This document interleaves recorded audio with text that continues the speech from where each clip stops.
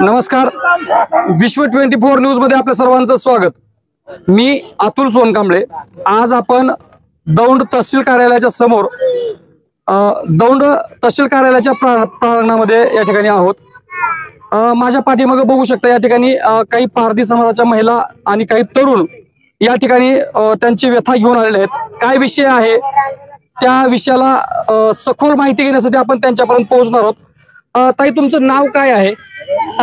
Sir, माझं नाव कांचन साक्षर भोसले। हे माझ्या आजोबांची जमीन आहे, हमशा चकड्या काळे यांचं। आणि इथल्या लोकांनी म्हणजे उगलेंनी, गणेश उगले, परत जालेंद्र उगले, कोरक उगले यांनी अतिक्रम केलेलं आहे। सर, आम्ही ऑनलाईन उतारा देखील काढून आम्ही इथं आम्हाला आज बोलवणं केलं तहसीलदार साहेबांनी की 17 तारखेला तुमचं काय असेल ते आम्ही म्हणणं ऐकून घेऊन तुम्हाला काय असेल ते योग्य तऱ्हेने न्याय देऊ। पण अजूनपर्यंत आम्हाला योग्य रीतीने काही न्याय मिळाला नाही। आम्ही जे उपोषण करणार आहे ते 20 तारखेला, त्याच्यावर आजपर्यंत आम्ही ठाम आहे।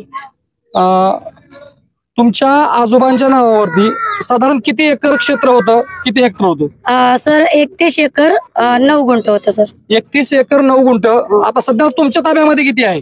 आता सर आमच्या ताब्यामध्ये 15 एकर आहे। सर, राहिलेलं जे 16 एकर आहे ते कुणाच्या ताब्यात आहे? ओगले यांच्या ताब्यात आहे। सर, त्यांनी कधी अतिक्रमण केले?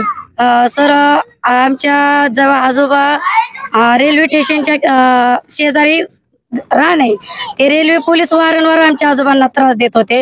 त्याच्यामुळं काही दिवस आमचे आजोबा गाव सोडून निघून गेलेले होते। त्या काळात आजोबांच्या तसं आमच्या आजोबांचा लेखी अर्ज देखील आहे सर आमच्याकडे पुरावा, आणि त्या काळात त्या उगलेंनी अतिक्रम केलेलं आहे। सर, तर बघू शकता मित्रांनो, पारधी समाज म्हटलं की नेहमी पारधी समाजांकडे बघण्याचा दृष्टिकोन किंवा त्यांच्याकडं पाहण्याचा जो दृष्टिकोन आहे तो नेहमीच एक प्रशासनाचा असेल किंवा इतर समाजाचा असेल, तो एक संशय वृत्तीनं किंवा गुन्हेगार म्हणून त्यांच्याकडे पाहिलं जातं। तशाच प्रकारचं यांचे जे आजोबा होते, यांच्या आजोबाची 31 एकर 9 गुंठ जमीन जी होती ती 7/12 ऑनलाईनला दाखवली जाते।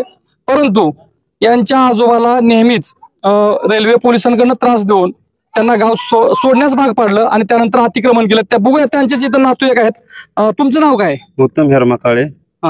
आजोबांचं क्षेत्र 31 एकर 9 गुंठ होतं। त्यातलं आता आमचा एक चुलता वारला होता, रमेश हमशा काळे, त्यांच्या नावावर आम्ही 3 एकर 10 गुंठ क्षेत्र ठेवलेलं होतं। आणि दुसरं क्षेत्र आजोबांच्या नावावर होतं 3 एकर 9 गुंठ। म्हणजे थोडक्यात म्हणजे 10 गुंठ कमी 8 एकर क्षेत्र आजोबांच्या नावावर होतं।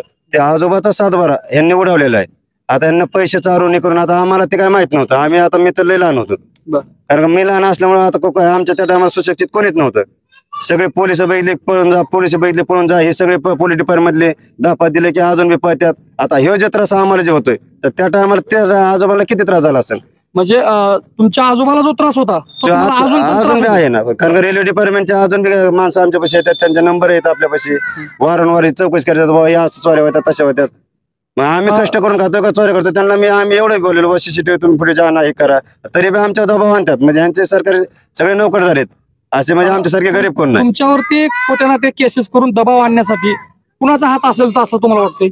काय आता सगळं आता यांचं गाववाले त्यांना हे करतात, परत सहकार करतात, आणि सरकारी पोलीस स्टेशन मधून आम्हाला ते सगळे उगलेंचे कोणी अधिकारी वगैरे आहेत? सगळे अधिकारी, त्यांच्या घरातले सगळे फॅमिली सगळे, म्हणजे त्यांचे मुलं बाळ सगळे अधिकारी मध्येच आहेत, सगळे पोलीस मध्ये ह्याच्यात। त्या अधिकाऱ्यांकडनं काय तुम्हाला त्रास? त्या अधिकाऱ्यांचा अजून येतात, ते येतात, त्यांच्या फोनवर मला परवा दिवशी बोललाय तो आमचा ट्रॅक्टर काढवतोय, आमची शेती काढवतोय, आमचं क्षेत्र आहे ते तुला कोणी अधिकारी दिलाय, म्हणजे आम्हाला फोनवर धमक्या चालू येते त्यांच्यासाठी। ह्या उगले परिवारातील जे कोणी पोलीस आहेत का? हो, पोलीस आहेत। काय नाव आहे त्यांचं? अभिजित जालेंद्र उगले।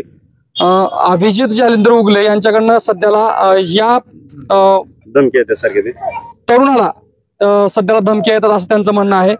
बघूया, अजून या ठिकाणी बऱ्याच महिला आहेत, बरेच तरुण आहेत, त्यांच्या काय व्यथा आहेत त्या जाणून घेऊया। काय त्रास आहे का तुम्हाला उगलेपासून? लय त्रास आहे साहेब आम्हाला। आम्ही जातो निघून ऊसतोडीवर, आम्ही ऊसतोडून खातो। जर आम्हाला घरच्यांचा हक्काचा असून बी आम्हाला द्यायना आजोबाचं, आम्ही कुठं जायचं? आमचे घर आम्ही ऊस तोडून खाऊन इथं राहायला लागलो, तर आम्हाला जायसारखं नाही। गावात रस्ता बंद करतो, अडवतो, धमकीने देतात, बाया येऊन बोलतात सारखे आम्हाला। ही तुम्हाला रस्ता बंद करून टाकणार आहेत, आमचे येणार आहेत तिकडे माणसं, रस्ता अडवणार आहेत, तुम्हाला जाऊन जाऊन तुम्हाला रस्त्यात कुठं जाणार कुठं तुम्ही. म्हणजे तुमच्या जाण्या येण्यासाठी तुम्हाला मजाव केला जातोय.